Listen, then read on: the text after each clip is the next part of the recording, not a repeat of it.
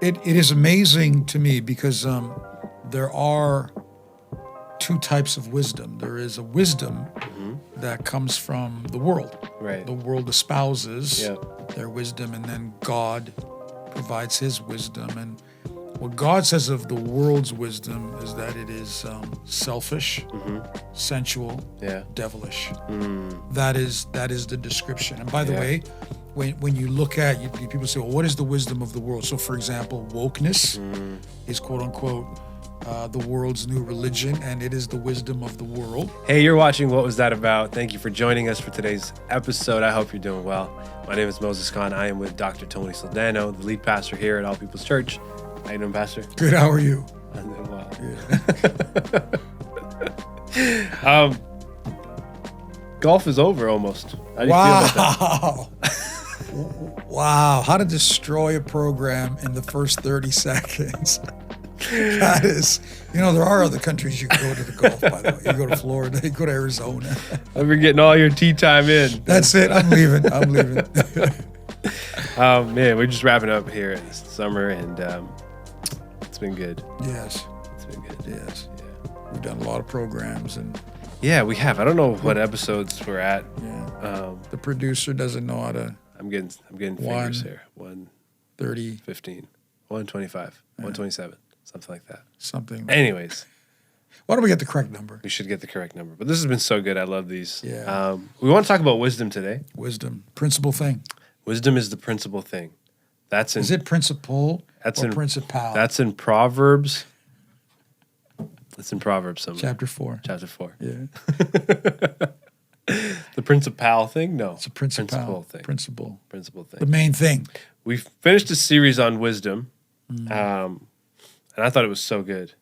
I thought it was really good. The book of Proverbs, I mean, you could spend your whole life in the book of Proverbs, And so you should. and so you should. Did you grow up reading a proverb a day? Because that's how I was. Yeah, a proverb a day, a psalm a day. Yeah. Yeah. If you do, you know what? If you do one for each day of the month, Yeah. right? And then Yeah, do exactly. on the And then 30 and the you 28, you do a squeeze- couple more. yeah, You exactly. squeeze in a couple more. Yeah, Yeah. you'll be wiser. You definitely will be wiser. There was a proverb that I thought was very smart, and I held on to this as a kid. And the proverb was, "Even the fool seems wise when he remains quiet." Yes. That's right. And so my mom had us reading a proverb a day, and I remember reading that as a kid, and I go, "Oh, that's pretty good." Just be quiet. And that other one we came up with, that Nigerian one that Yes, I saw this online as a Nigerian. wisdom is chasing you, but you are faster. But you are faster. You are faster. That's so good. Yeah. You need to slow down. Yeah. You need to, that's so speed funny. kills. Speed It's true. kills. But we want to do like a quick little overview of the series, some of the things that we talked about that are worth sharing here on this podcast regarding wisdom being the principal thing. Yeah. It is amazing to me because there are two types of wisdom. There is a wisdom that comes from the world. Right. The world espouses Yep. their wisdom, and then God provides his wisdom. And what God says of the world's wisdom is that it is selfish, sensual, Yeah. devilish. Mm. That is the description. And by the Yeah. way, when you look at people say, well, what is the wisdom of the world? So, for example, wokeness is quote unquote the world's new religion, and it is the wisdom of the world. Yeah. And it's exactly those things. It is sensual, it is selfish, it is devilish, it is self-serving. Yeah. But they present it in such a way that you would think, wow, this is the greatest revelation there is. And yet the end of it is always destruction. So God gives us wisdom Yeah. so that our days would be multiplied. Right. We would experience health. We would experience well-being. Yeah. We would care for others, Right. Because that's the wise thing to do. The Bible also says that the wise individual wins souls. Yeah. It is wise to win souls. Wow. In Jude, we also read that God is the only wise God, the only God, if there are any others. Yeah. The only one that operates in this wisdom. Yeah. However, because of the contrary wisdom, then the world rejects it, Yeah. and they say to God, "Well, this is foolishness." Right. Yeah. And we know Paul talks about that in Corinthians in regards to the preaching of the cross being foolishness. And I love what he says, that the foolishness of God is wiser than the wisdom of man. That's so brilliant. Yeah, but it's not only that, right, Pastor? Well, he goes on to talk about knowledge. He goes on to talk about understanding. Yeah. Right. Like it's really interesting where people kind of have this idea that you become a believer in Christ, that somehow you become moronic, that you're ignorant, you're no longer you're no longer a thinker. Yeah. The reverse is absolutely true. Yeah, that's right. To me, wisdom is the great equalizer. That's why it even says wisdom is crying out in the streets and in the gates and in the cities. It's everywhere. Yeah. And it wants to make the simple, right, kind of that common individual wiser. To me, wisdom is the great equalizer. But today, people aren't searching for wisdom; they're searching for knowledge. Yeah. Right? Whether it's AI, whether it's Google or another search engine, it's more knowledge, more knowledge. Yeah.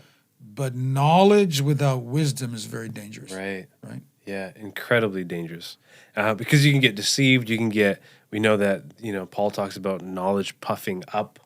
You begin to think you're better than other people. You elevate yourself over other people, and so yeah, absolutely. God has not just called us to have knowledge, and that's important, but wisdom that is godly.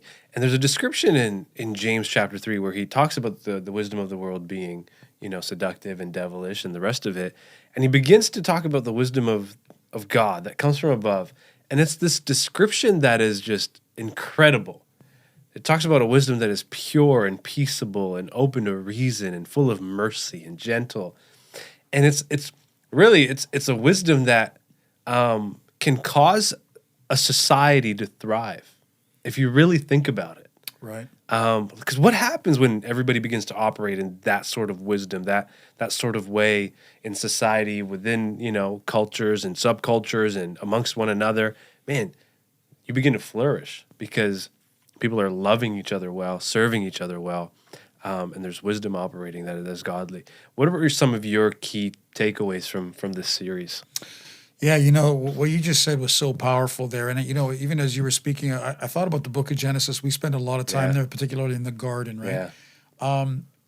Adam was an incredibly knowledgeable individual. I mean, this is an individual that received his information firsthand from God. But before the fall, what did he lack? He knew. He had knowledge. Don't eat this. Right. This isn't good for you. Yeah. Right? Was it knowledge he was lacking? No. It was wisdom. And what was the wisdom? The fear of God. Somewhere in that decision where he chose to obey his wife or go along with his wife, who was deceived. Yeah. He wasn't deceived, so he had pure knowledge of the situation. He failed to operate in the fear of God, which was the foundation of what we talked about, Absolutely. right? It's in chapter 9, Yeah. it's in chapter 4, it's in chapter 8. The beginning of wisdom and the beginning of knowledge. It talks about both those things is rooted In the fear of the in Lord. the fear of the Lord. Yeah. And I thought, and you could talk about this. I thought you had a tremendous illustration of what does that really mean. I think people do not understand when we say, what are we in terror? Are we in terror of the fear of the Lord? If you want to bring out your thoughts about that awareness of God, I thought that was an incredible definition. Yeah, no, I think it's this awareness that God is watching, that God is there. And, the statement that came to me was, when I was thinking about this, is no one ever became more foolish by fearing the Lord. You know what I mean? No one went out to go do a dumb thing because they feared the Lord. Right. It's in fact the opposite. When we stop fearing the Lord, that we enter into foolishness, right? And we know that the Bible says it's the fool that says in his heart, there is no God. Right. Well, that's very similar to the fool thinking, God's not watching me. Right. Right? And so the fear of the Lord brings that awareness, that reverence that God is here, God is aware of this moment, aware of me, He's with me. Right. And so it causes me to live in a way that honors Him, and we know that brings wisdom. Also, the fear of the Lord isn't something that causes us to run away from God. It's actually something that attracts us to Him. Right. It draws us in. Right. And so absolutely that creates wisdom. And the Bible said it's the beginning of wisdom, right? And so you're only going to get more wiser from there, Right. if you enter into the right and appropriate fear of the Lord. Yeah. And another key point, and you spoke on this, was, out of Proverbs 3, that we're not to lean on our own understanding, Yeah. but we're to trust God Yeah. with all our heart. So Yeah. if I now, I love God, I fear God in the sense of not running away from him, but running to him. And that he says, listen, if you lack this thing, Yeah. ask me. That's right. James says that. Yeah. I'm very generous. I'm very liberal. I'm not going to chide you. Yeah. I'm not going to ridicule you and put Yeah. you down because, how are you so silly? How are you so foolish? Why would you ask me that? Yeah. No, he invites us.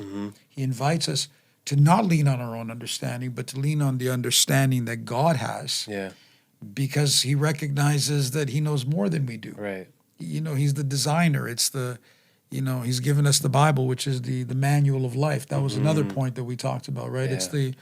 It's the manual, like a vehicle for life. Right. It's God's instruction, and if you're not putting it in place, Yeah. then you're going to suffer. Yeah. And you spoke a lot about the leaning. Maybe you want to, just kind of share your thought on that. One of the stories that kind of came to my head was a little while ago. We went to, so I'm from Pakistan. We went back there. My family has like some farm and some cattle and all that. And my cousin was there who kind of helps with the farm. He's a bodybuilder, like jacked, right? And he is yanking this ox, and the ox just does not want to go. And so it was just like, it reminded me of how God calls Israel a stiff-necked people. Right. You know what I mean? Where God's like, lean this way, and they want to lean the other way.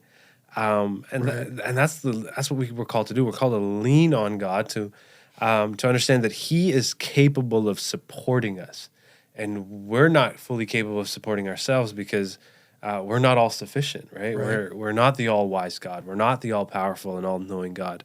And so, absolutely, one of the things I think I really appreciated about one of your messages where you talked about Solomon, who we know, wrote Proverbs, who asked for the gift of wisdom, and then something happened where he kind of got distracted, lost it. So it's like, it's not just, okay, you attain wisdom, now you're going to be wise for the rest of your life. Every decision you're going to make is going to be the right decision.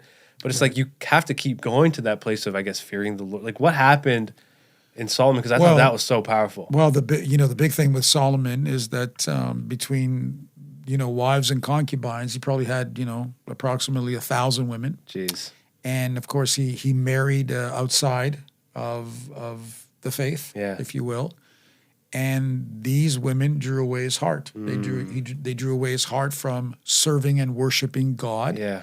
And he got involved with other gods, right? He got involved with the wrong spirit, if you will, and they led him away. Yeah. And it cost him. So here's a man who had the gift of wisdom. Yeah.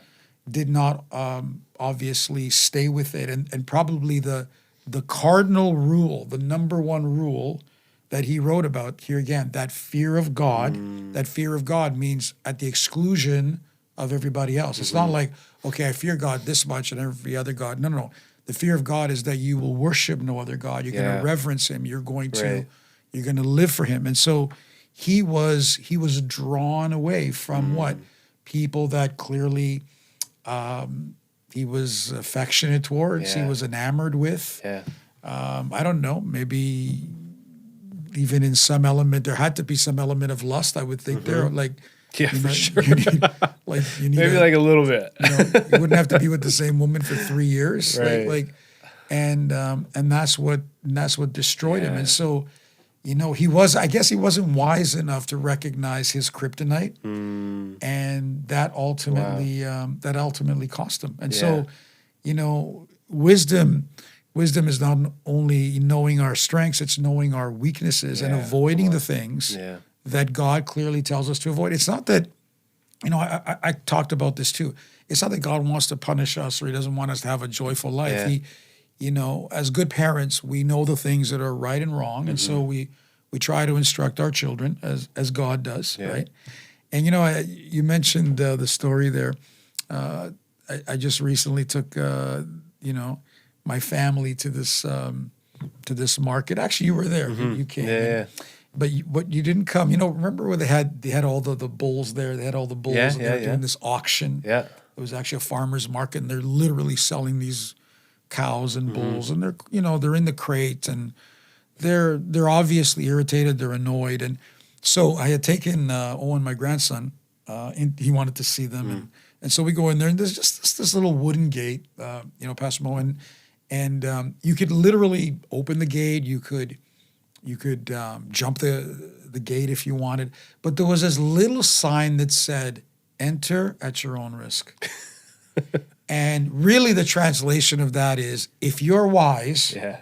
and you don't know what you're doing, Right. do not come in here. not come right? in, yeah. So it wasn't, hey, listen, you're forbidden. You Right. can't do this. Yeah. Hey, stop. Nothing like that. Just enter at your own risk. Right.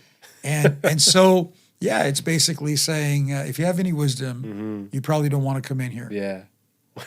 And I just Yeah. saw that No, sign that's when so you were good. talking. Yeah. That is really good. Yeah. Man.